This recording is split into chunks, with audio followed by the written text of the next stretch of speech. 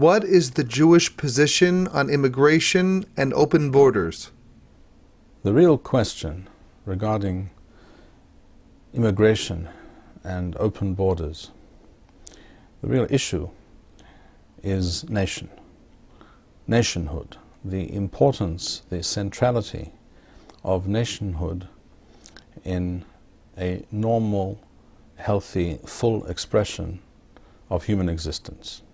Human existence, life as we know it and as we live it and as we should wish to live it, can be and must be understood on a number of different levels. First of all, there is the level of the individual's existence as a human being, which of course has everything to do with that person's innate abilities, talents, intelligence, and leanings. And in that regard, every human being should be trained and encouraged to maximize and fully realize their talents and their abilities. And that is the ideal for the individual. But human life is not just about the individuum. Above that, we have the next level, which is the family. I refer, of course, to a normal, traditional, healthy family, which consists of a father and a mother and children. The fact, of course, that I have to stress this fact is a very sad commentary on the times in which we live. But just to be clear, that is what I mean by family, and that is the Jewish concept of a family. And this too is an essential part of the human experience. A human being should not be raised as an individual.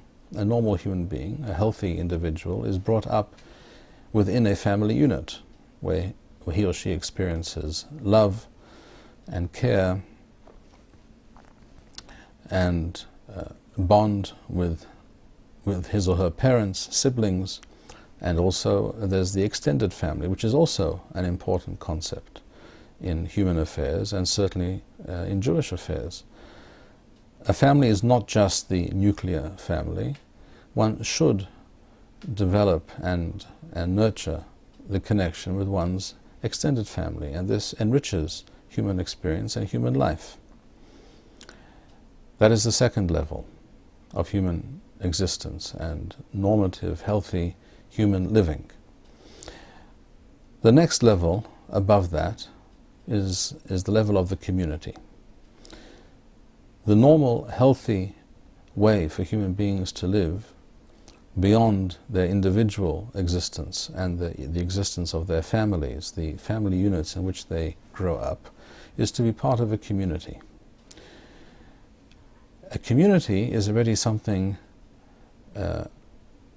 which needs to be understood and defined in terms which are above and beyond the nuclear family or even the extended family. A community implies a shared common heritage, background, ethnicity, historical experience, historical memory, language, and values. And this almost inevitably is also intertwined inextricably with religion. This is how it has been for all of human existence, for all of human history as we know it. A community is essentially a collection of families. The number of such constituent families is undetermined. It can be relatively few in number or very great in number.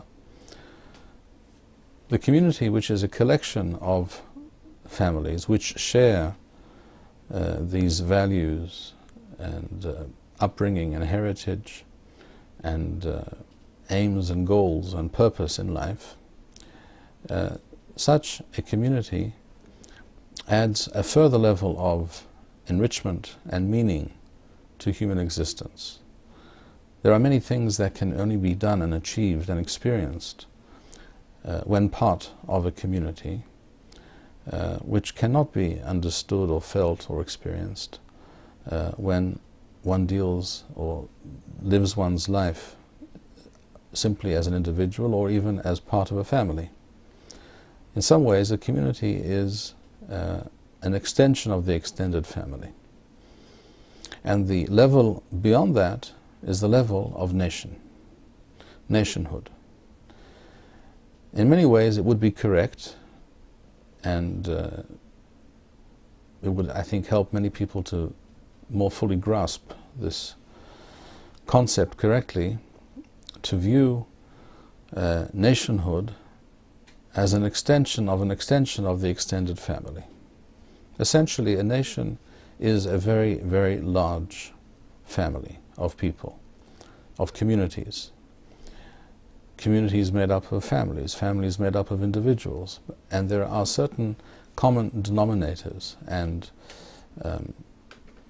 basic assumptions and modalities of living and attitudes to the central questions of human existence as to what constitutes a good life, what is the proper way to live one's life, etc., etc. These are the things that bind people together. These things bind the family together, and these things bind the community and the nation together. And only when this is the case can one really speak about nationhood. This is the normative and ideal state of existence for human beings, for communities, for nations, for all nations. And this is how the Torah describes human existence and groups of people in the world. In the 10th chapter of the book of Bereshith, the book of Genesis, human beings are described as living as lemishbehotham, according to their families, lilshonotham, according to their languages, ba'arsotham, according to their countries, b'goyehem, according to their nations. This is the norm, and this is the ideal, and it has always been so. It is, however, unfortunately and tragically, a fact that there are people today, exclusively in the West, one might point out. You will not find Chinese or Japanese or Russians, for that matter, by and large, certainly, espousing this position.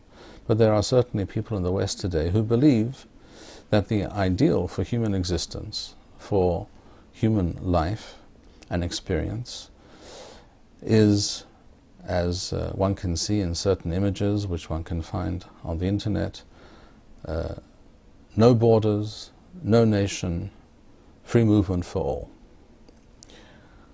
As if this would bring about some improvement in human affairs. They probably will tell you that this is the true fullest expression of freedom for all, free movement for all, take down the borders, forget nations, just look at people as individuals. This is the ideology of the globalist, generally socialist and even Marxist, certainly in the cultural sense, so-called elites or self-appointed elites that are trying to bring about such a world with essentially no borders and no nations. And it's very important that we all realize what this means. No borders and no nations essentially means also no culture.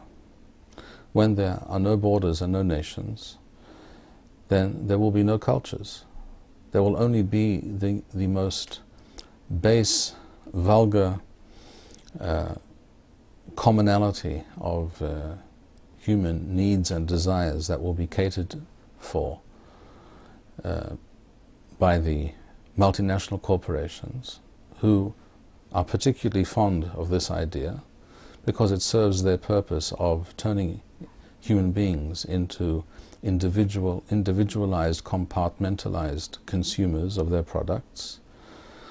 And as far as they are concerned, culture, the differences between cultures and nations are just a nuisance. They get in the way of their business, of their commercial interests. And that is why many such people, corporations and wealthy individuals, support such ideas, because their view of human happiness is a world of unbridled, uncontrolled materialism and consumption. And this, from their point of view, should be and is the ideal. But this is not the Jewish idea, conception and ideal with regards to human affairs. According to the Torah, materialism and consumption are not the mainstay, they are not the most important and most desirable aspects of human affairs, human society. First and foremost is the moral and cultural aspect of human existence. When you break into families and communities and nations down, and you cause them to disintegrate, then you are left only with the individual. And the individual has certain needs, requirements, and desires, not all of which are necessarily good or directed to positive purposes. And commercial interests know exactly how to take advantage of such an individual who is basically rootless, floating, as it were, like flotsam on the sea of human affairs without any real connection or anchor to anything in particular. Such a person is ripe for the plucking, for those who wish to simply see their bank accounts grow at the expense of communities and nations. But for human beings, for human affairs, this is not the ideal. This is a very negative and pernicious concept. For Jews who are truly rooted in their Judaism, who are informed by their Jewish heritage, such ideas are anathema. According to Judaism, individuals should be part of families, which in turn should be part of communities, which in turn should be part of nations, and that is the normative, healthy state for human beings. And such a state of existence is conducive to the betterment, the furtherment, and the development of the various human cultures and civilizations that exist in the world today. And this is true for all nations. It is true for the people of Nigeria, and it is true for the people of Sweden. It is true for the people of America, and it is true for the people of Israel. And therefore, all human beings who understand these basic truths regarding the importance, the centrality of communities and nationhood should unite against those of the globalist, Marxist, postmodernist persuasion who are trying to undo all that has been done by humanity, by all different nations on earth for thousands of years. And therefore, we should concentrate, those who understand these truths should concentrate and focus on opposing the globalist, postmodernist, anti-cultural agenda, and see the commonalities and the shared interests that we have, whether we are Jews or non-Jews, whether we are black or white, or anything else. It is good for humanity, it is good for nations, and it is good for individuals to live according to the natural, divinely ordained order of human affairs. And as history and experience have shown us, particularly over the last 120 years, I refer, of course, to the terribly evil and tragic results of Marxist ideology and the social engineering of the radical left,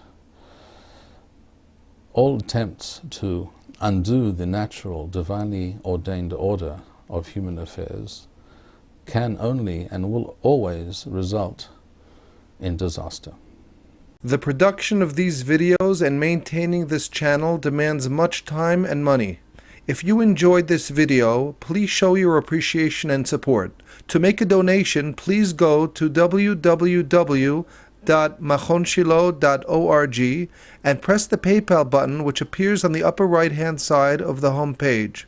To sponsor a video or purchase Birkon Nusach Eretz Yisrael, please write us at office@machonshilo.org.